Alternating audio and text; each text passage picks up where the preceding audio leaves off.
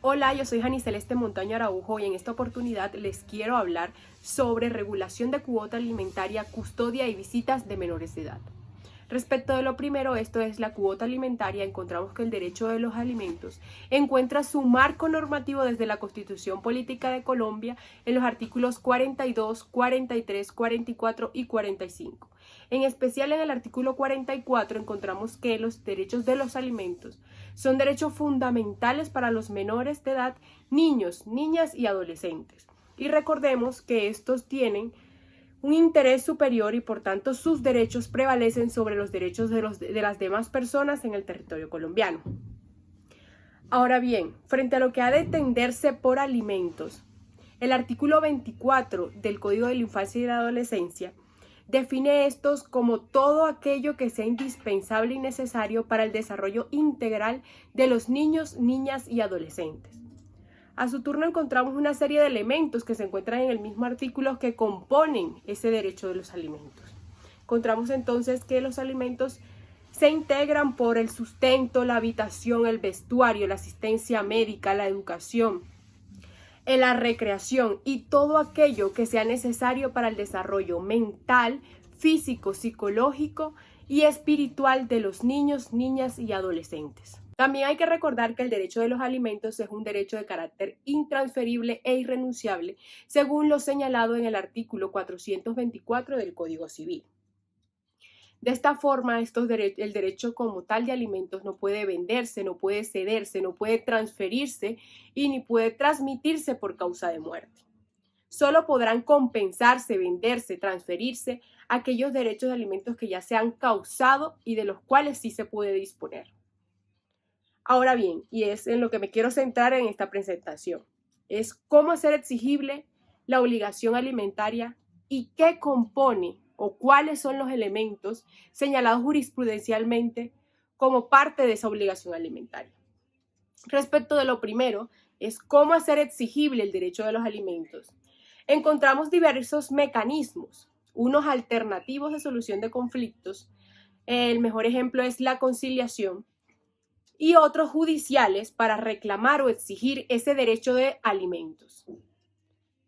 Respecto a los mecanismos alternativos, hay que señalar que en todo caso, para poder acudir a la jurisdicción o ante el juez, es necesario agotar el requisito de procedibilidad de conciliación en materia civil y específicamente en materia de familia, en estos casos de fijación de cuota alimentaria. Esta conciliación puede adelantarse ante las comisarías de familia, ante el defensor de familia, ante el Instituto Colombiano del Bienestar Familiar, ante los centros de conciliación autorizados por ley para llevar a cabo conciliaciones. Una vez agotado el requisito y de no llegarse a ningún acuerdo o acuerdo parcial en el mismo, podrá acudirse ante el juez de familia para la definición de la cuota alimentaria. En todo caso, hay que hacer la salvedad que lo que se resuelva en este tipo de procesos no hace tránsito a cosa juzgada material. Puede revisarse con posterioridad en razón a las circunstancias cambiantes de las necesidades del menor o de la capacidad económica del alimentante. Es por esto que también existen otro tipo de procesos, tales como el de aumento de cuota alimentaria, disminución de cuota alimentaria e incluso exoneración de cuota alimentaria, que tienen en cuenta estas eventualidades que se pueden presentar al interior de los elementos que componen la obligación alimentaria y que a continuación procederé a hablarles.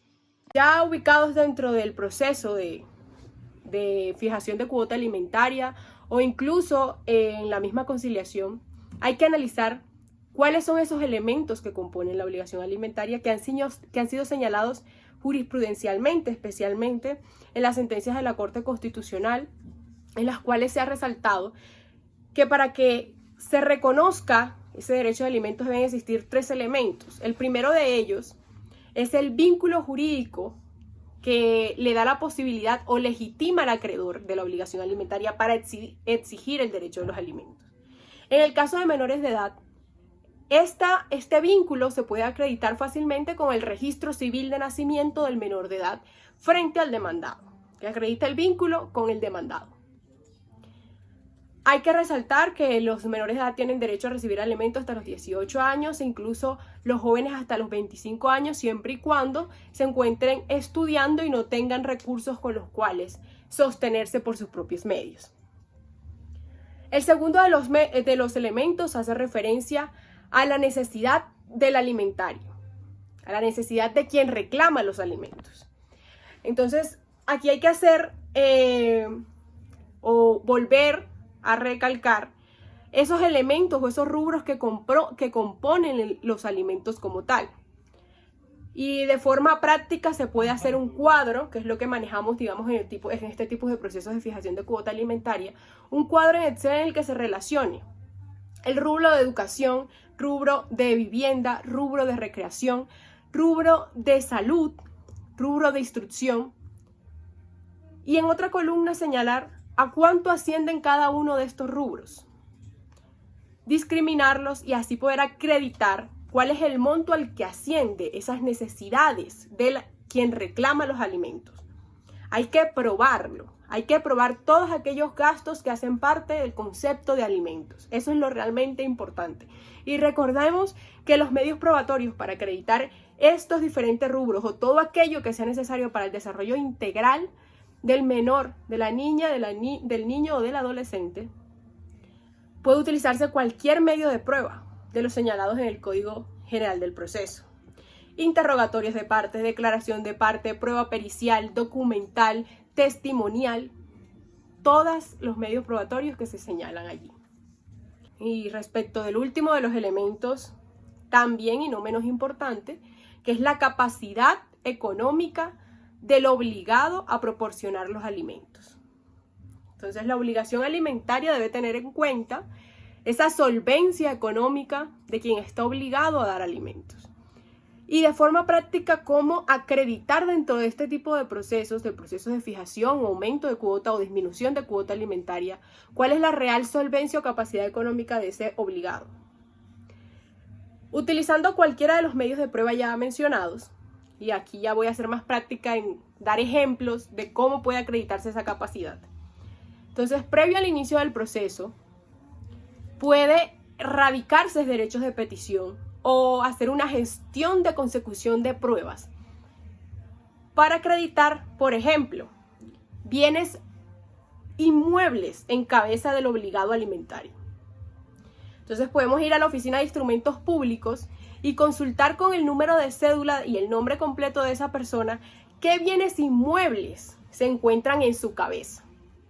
Podemos acudir también a través de derecho de petición a las oficinas de tránsito y transporte, averiguar de qué vehículos es titular esa persona. De manera oficiosa, porque estas pruebas gozan de reserva legal, podemos solicitarle al juez que oficie a la Dirección de Impuestos y Aduanas, la DIAN, a que haga llegar al proceso o incluso que el juez conmine al demandado a que haga llegar al proceso las últimas declaraciones de renta, porque allí se puede ver su patrimonio líquido y lo que está declarando también como ingresos salariales. Esta prueba, por ser de reserva legal, entonces hay que solicitarla de forma oficiosa al juez. De igual manera, de forma oficiosa se puede solicitar información de productos financieros en diferentes entidades bancarias, de cuáles son los productos de los que es titular el obligado a proporcionar los alimentos. También podría aportarse, y esta ya no de manera oficiosa porque es de conocimiento público y puede consultarse en las páginas y en las plataformas de internet, el certificado de afiliación en la página del ADRES, que allí podemos corroborar si ese obligado alimentario está empleado o está cotizando de forma independiente. Y por allí tender a la averiguación de cuál es el monto del salario que devenga, y eso ya se discutirá dentro del proceso. Teniendo en cuenta todos estos aspectos, digamos, prácticos dentro del proceso, ahora es necesario mencionar cómo se determina el monto de la cuota alimentaria.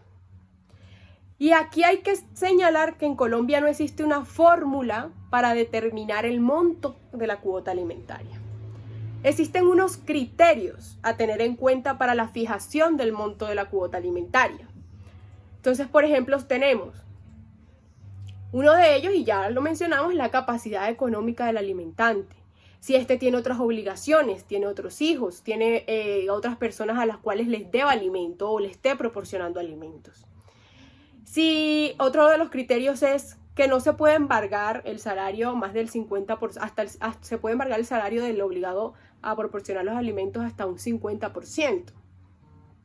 Entre otros criterios que se pueden tener en cuenta para la determinación del monto de la cuota. Entonces, en este punto de la capacidad económica del alimentante, lo que podemos concluir es que no es simplemente analizar si el obligado alimentario devenga o no devenga un salario.